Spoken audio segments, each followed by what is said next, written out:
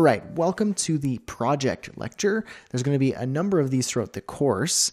We're going to have a series of projects at the end of each section where you're going to see the end result, whether it's a design, a website, code, so on and so forth. And you're going to try and recreate that using the skills that you know so far.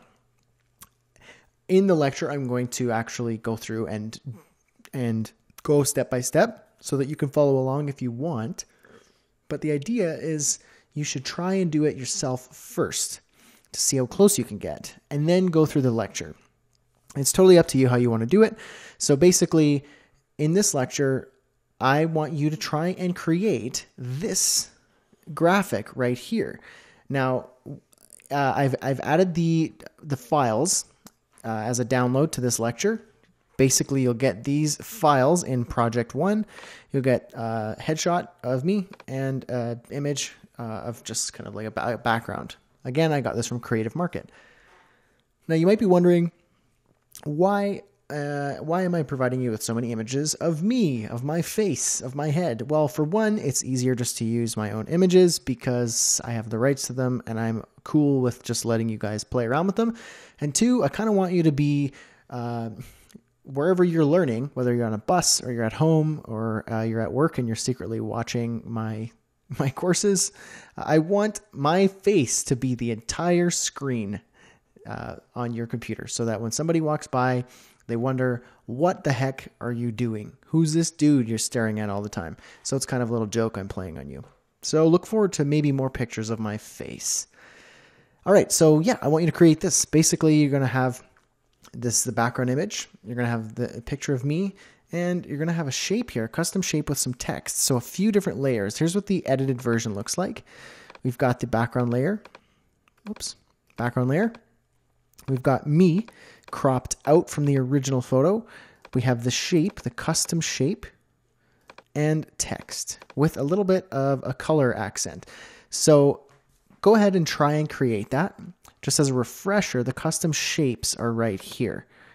And you have to make sure to choose custom shape tool, and then you could find different shapes in here. Now, you can go ahead and pause this and try this yourself. Otherwise, I'm going to continue and create this right now so you can follow along if you so desire. All right, here we are with the original document here. We have the two photographs, picture of me and a background picture. So basically, first thing I want to do is I want to crop myself out of here using the selection tool, quick selection tool. I'm going to go ahead and make that selection a little bit bigger. And I'm just going to start selecting me. And it should do a pretty good job because it's a decent amount of contrast between the foreground and background. All right, looking pretty good.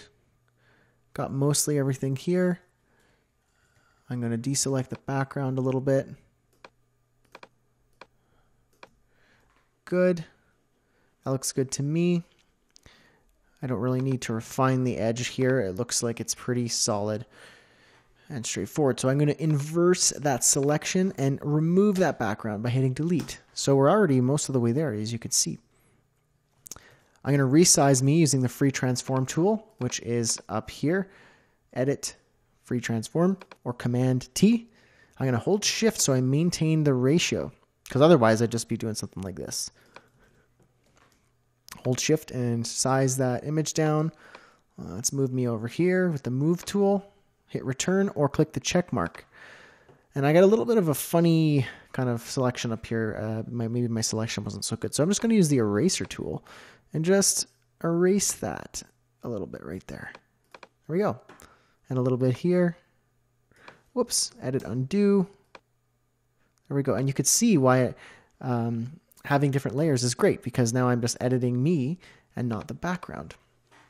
Now the next thing I need to do is create a new layer and choose the custom shape tool. And I'm going to choose the speech bubble. So there's a lot of different shapes you could choose here. You might not see all of them at once. All you need to do is click this gear icon and choose load all. Just click all, and that will show all of the shapes right here. And I'm going to choose the speech bubble right here.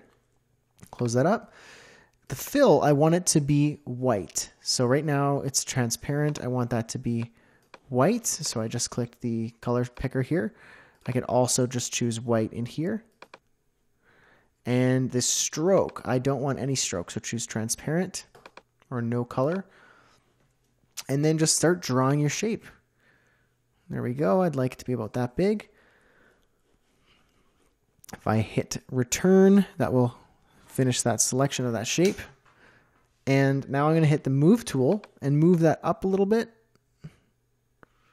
There we go. That's good for me. Maybe a little bit bigger. Free transform, Command T. Hit return. There we go. It looks good to me. Now, move that around. And now I'm going to choose the text tool. So new layer, then text tool, or you can just hit T. And that will give you the text tool. I chose Helvetica bold and size 60. And right here I'll say, hi, I'm Brad. Great. And move tool, I'm going to move that roughly to the center of the speech bubble. Now I want this text, Brad, to be kind of a blue. So select using the text tool, hit T or click the T in the toolbar. Select just Brad. Choose the color up here in the options palette. And choose like a blue color. Hit the check mark to finish that up. And there we go. That is the original. So let's see. Well, now it's the edited version, but let's see what my edited version looks like. Not too bad. That's pretty close. So if you're able to do that without following along, awesome. Otherwise, feel free to follow along and try again. So you can get a familiarity with the layers and different tools and shapes and editing options available to you in Photoshop. All right, hang tight. In the next lecture, we're going to do something cool. See you there.